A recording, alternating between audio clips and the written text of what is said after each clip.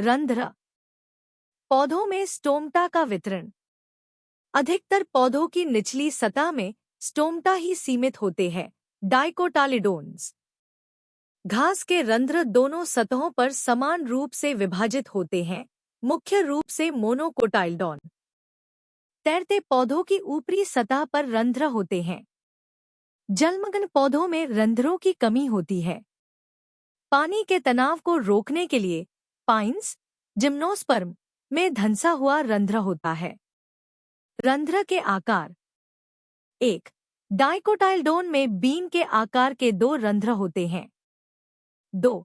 मोनोकोटाइलडॉन में लंबे रंध्र होते हैं। स्टोमेटा का ऊतक विज्ञान।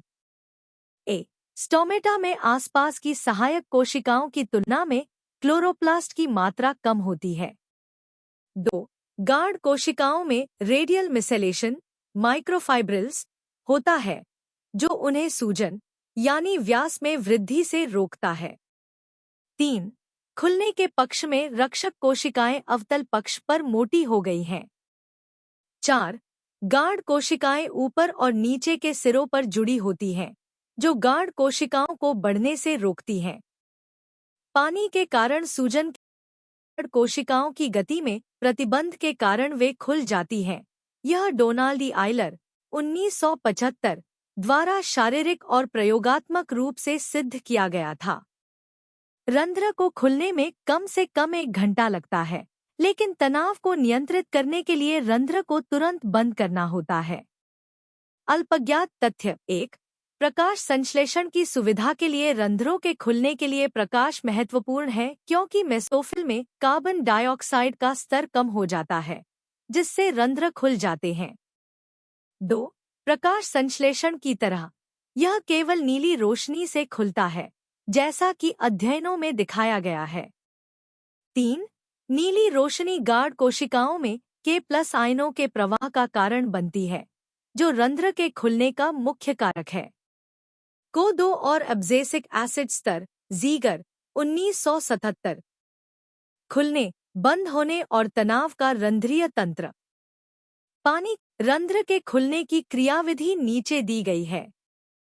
पानी के अंदर बाहर आने जाने के कारण रंध्रों में स्फीति दबाव बढ़ जाता है।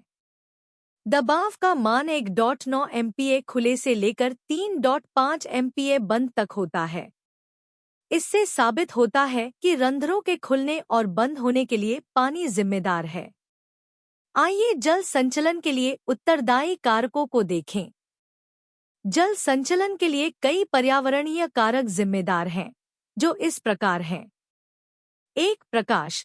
यह न केवल खुलता और बंद होता है, बल्कि रंध्रों की दर और छिद्र को भी प्रभावित करता है।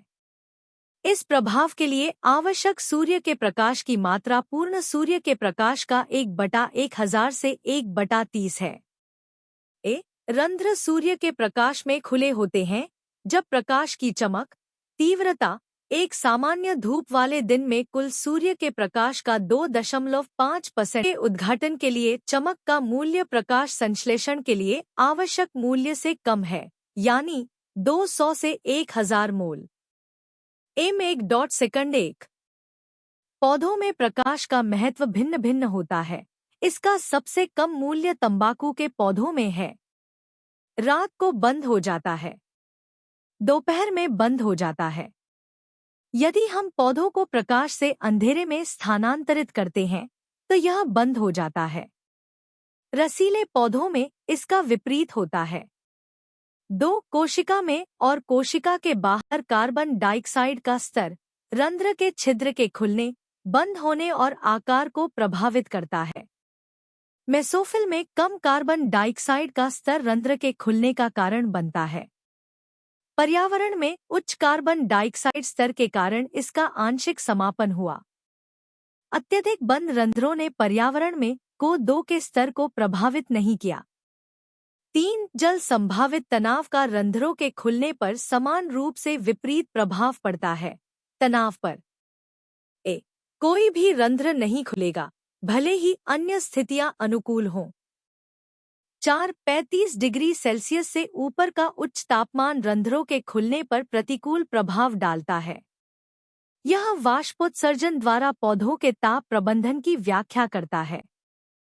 5. हवा। तेज हवा की गति रंध्रों को बंद कर देती है और गति कम होने पर धीरे धीरे खुलती है। श्वसन और प्रकाश संश्लेषण को प्रभावित करने वाले कारक रंध्र के खुलने पर समान प्रभाव डालते हैं। रक्षक कोशिकाओं का K+ आयन संचलन सिद्धांत। K+ आयन आसपास की द्वितीयक कोशिकाओं से गाढ़ कोशिकाओं में चले जाते हैं। इससे गाढ़ कोशिका में विलेय सांद्रता में वृद्धि होती है, जिससे परासरण को बढ़ावा मिलता है। पोटेशियम एक मजबूत प्रतिक्रियाशील आयन होने के कारण गाढ़ कोशिकाओं में आयन के साथ नमक बनाता है। K+ आयनों का 0.5 m मान 1 का कारण बनता है, जो मैलिक एसिड में परिवर्तित हो जाता है। आस्माटिक दबाव में 2 MPa की वृद्धि। यह बिना किसी संदेह के गाढ़ कोशिकाओं में पानी की गति में K+ आयनों के महत्व को साबित करता है।